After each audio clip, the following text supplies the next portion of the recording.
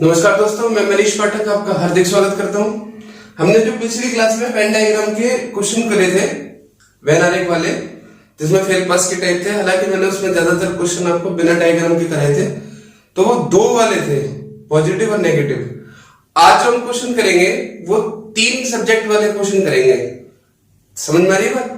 तो मैं आपको पहले कोशिश ये करूंगा मेरे भाई कि मैं ये जो 3 वाला है, एक क्वेश्चन में आपको डायग्राम से बेसिक बताऊंगा, इसके बाद हम 3 वाले क्वेश्चन को भी मौखिक रूप से बिना लिखे हुए पेपर में आसानी से कर सकते हैं, ऐसा तरीका जानेंगे।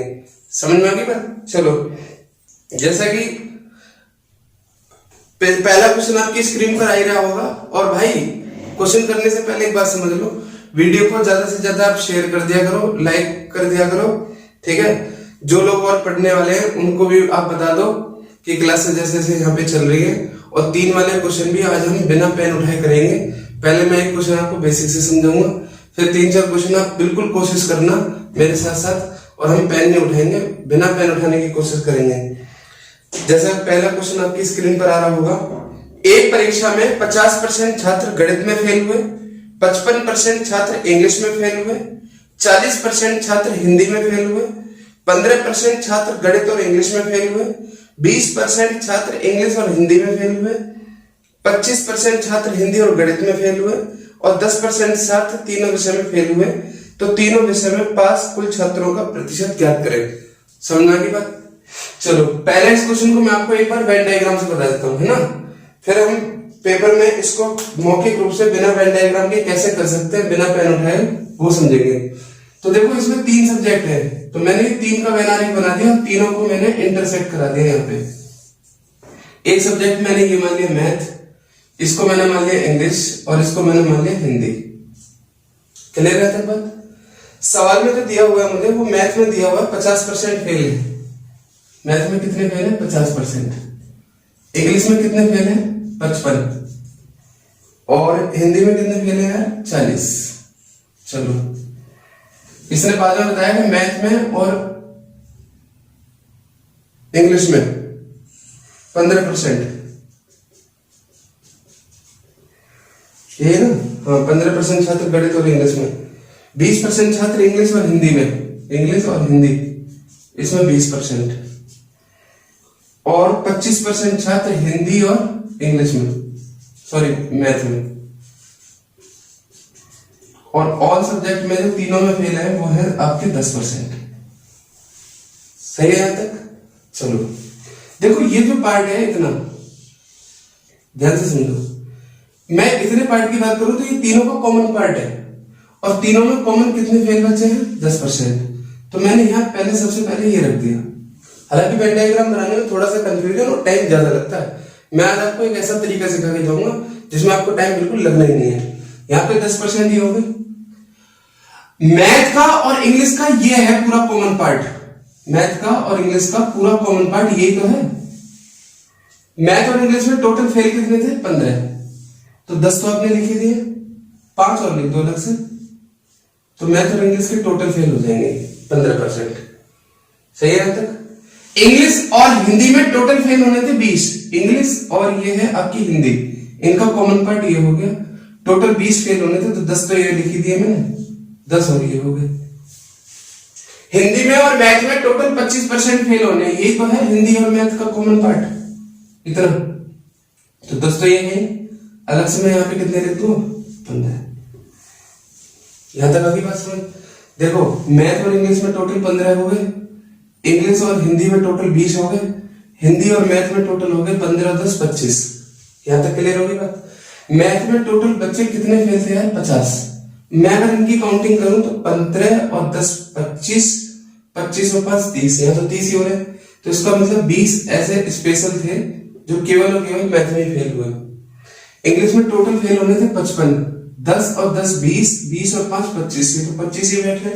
तो इसका मतलब मुझे यहाँ पे 30 और लिखना, ठीक है। हिंदी में टोटल फेल होने थे 40, 10 और 10 20, 20 और 15 35, इसका मतलब अलग से मैं कितने लिख दूं यहाँ पे? 5। ये मेरा वेन डायग्राम बन गया। वेन डायग्राम बनाने के लिए पहले हमें यहां से शुरू करना है, इसके बाद 2-2 सब्जेक्ट, इसके बाद सिंगल सब्जेक्ट। समझ में आ गई बात?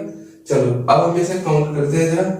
20 और 5 25, ठीक है, 25 और 30 हो गए आपके 55, 55 और 15 70, 80 90 और 5 95। देखो तीनों इन्हें जोड़ लो, फिर तीनों इन्हें जोड़ लो, फिर ये जोड़ लो, तो आपके ये बैठते 95% बच्चे फेल है। लेकिन सवाल में पूछा हुआ है कि तीनों विषय में पास हुए छात्रों का परसेंटेज बताओ, तो इसका आंसर हो जाएगा मेरे भाई 5%। कितना हो जाएगा? 5%। ये तो हो गया आपका वेन डायग्राम। अगर आप पेपर में बनाते हो इसे, ठीक है, तो बेसिक तो देखो आपको आना चाहिए। अगर कोई चीज आपको समझ में आ गई है तो इसका मतलब ये तो है नहीं कभी आपको नुकसान तो नहीं कर सकती। अगर आपको इसका वेन डायग्राम बनाना आ गया है, मैथ में हर चीज यार आयुर्वेद की तरह होती है, जो भी चीज आप जान जाओगे कभी आपका नुकसान नहीं हो सकता, ठीक है। बस ये है कि आप उस चीज को पेपर में किस तरीके से यूज कर पाओ वो समझो। वेन डायग्राम जब हम बनाते हैं तो हमें पूरा स्पेस चाहिए, पूरा कंसंट्रेशन चाहिए सवाल के अंदर, और पूरी कैलकुलेशन हमारी सही होनी चाहिए। अब मैं आपको इस सवाल को एक ऐसे तरीके से बताता हूं जिसमें हमें वेन डायग्राम बनाने की जरूरत नहीं है। देखो, एक तो हो गए मेरे इंडिविजुअल सब्जेक्ट, और एक हो जाएंगे यहां पर कॉमन। कॉमन मतलब 2 सब्जेक्ट वाली बात, ठीक है। इंडिविजुअल मतलब अलग अलग जो है, मैथ इंग्लिश हिंदी, जैसे 50 केवल मैथ के थे, और इसमें 55 इंग्लिश के हैं, और इसमें 40 हिंदी के हैं। तो एक तो मैंने ये देख लिया। जो 2-2 सब्जेक्ट वाले हैं वो कितने हैं? 15 20 और 25। 15 20 और 25। इतना तो समझ पा रहे हैं? ये लिखा ना, सवाल ही लिखा, कुछ अलग से तो लिखा नहीं। 50 और 40 90 हो गए, 90 और 55 145, यानी इन सब का सम हो गया 145। अगर मैं इन्हें जोड़ूं तो 25 और 15 कितने होते हैं मेरे भाई? 40, और 40 में से 40 में अगर 20 जोड़ दूं तो ये हो गया आपके 60। कितने हो गए? 60। अब मुझे करना क्या है?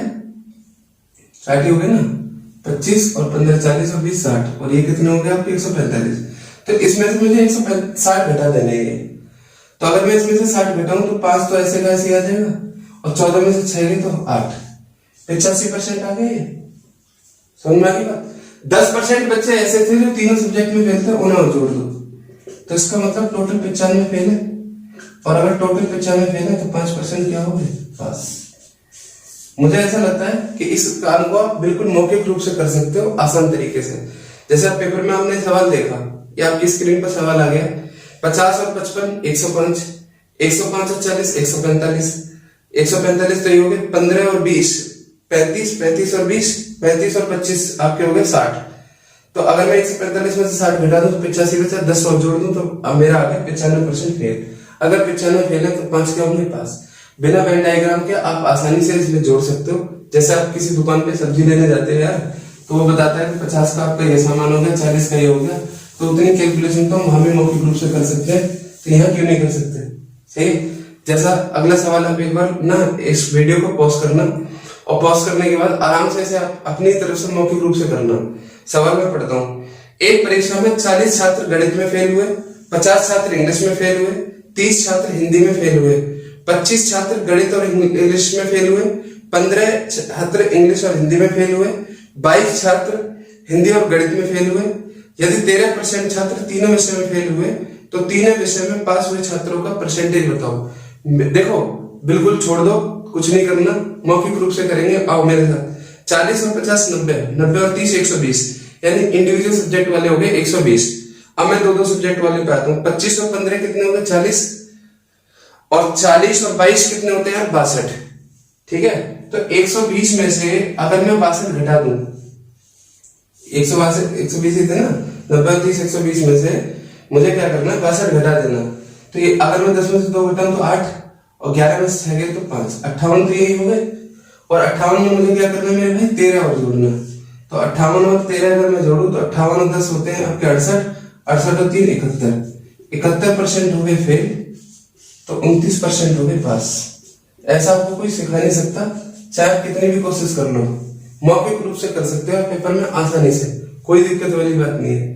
कोई वेन डायग्राम बनाने की जरूरत नहीं है। अगर आप वेन डायग्राम बनाना चाहो तो बना सकते हो, मैं उसके लिए भी मना नहीं कर रहा, लेकिन शायद इससे बेस्ट तरीका नहीं हो सकता। ठीक है, ये मैंने, अच्छा ये कोई बात समझना, ये कोई जादू वादू नहीं है, ये सेट थ्योरी का ही पैटर्न है। ये वेनारिक होता है, ये सेट थ्योरी का ही पैटर्न होता है, ठीक है, जिसमें यूनियन और कॉमन निकालने होते हैं हमें, बस उसी पैटर्न से शॉर्टकट निकाला हुआ है।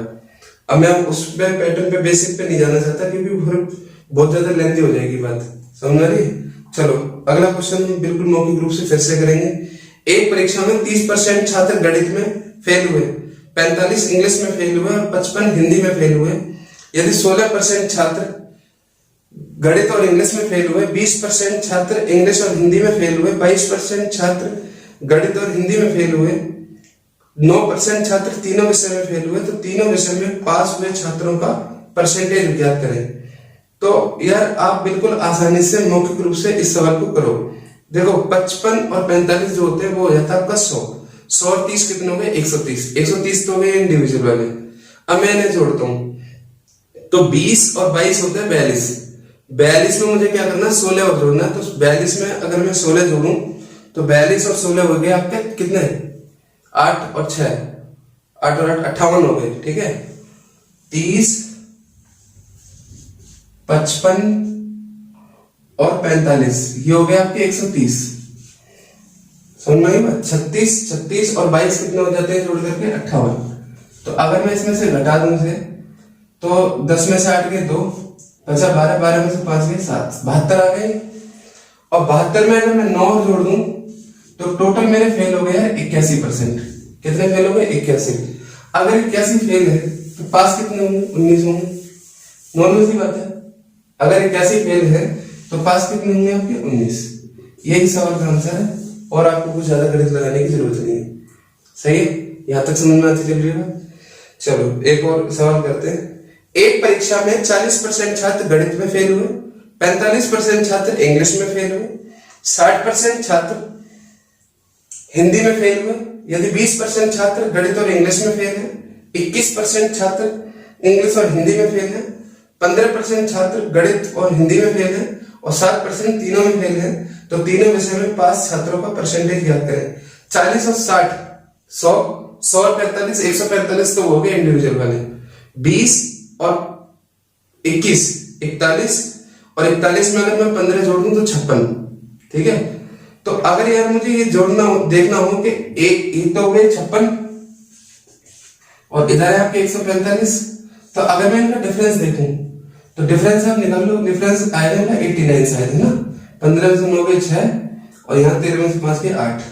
अगर मैं इसमें 7 और जोड़ दूं तो ये हो जाएगा आपका कितना, 7 जोड़ेंगे तो 96। इसका मतलब 96% फेल हुए, तो तीनों सब्जेक्ट में पास कितने हो गए, 4%। यही सवाल का आंसर है, ज्यादा आपको कुछ गणित लगाने की इसमें जरूरत नहीं है। तो मैं उम्मीद करता हूँ कि आपको ये बात समझ में आ गई होगी 3 वाले करने की, ठीक है। पहले आपको तीनों के इंडिविजुअल जोड़ने, फिर 2-2 वाले कॉमन जोड़ने, उन दोनों का डिफरेंस निकाल करके ऑल वाला जोड़ देना, समझ में आ गई बात। अगर इसके अलावा और कुछ 3-5 सवाल के अंदर पूछे तो फिर आप वेन डायग्राम, तो आपके पास लास्ट ऑप्शन है, वो आप बना ही सकते हो। लेकिन मैंने आपको वेन डायग्राम से भी बहुत अच्छा तरीका बताया जिससे आप मौखिक रूप से सवाल को कर सकते हो। तो अगली क्लास में हम कुछ और नया टॉपिक लेकर के आएंगे। फिलहाल आज के लिए इतना ही।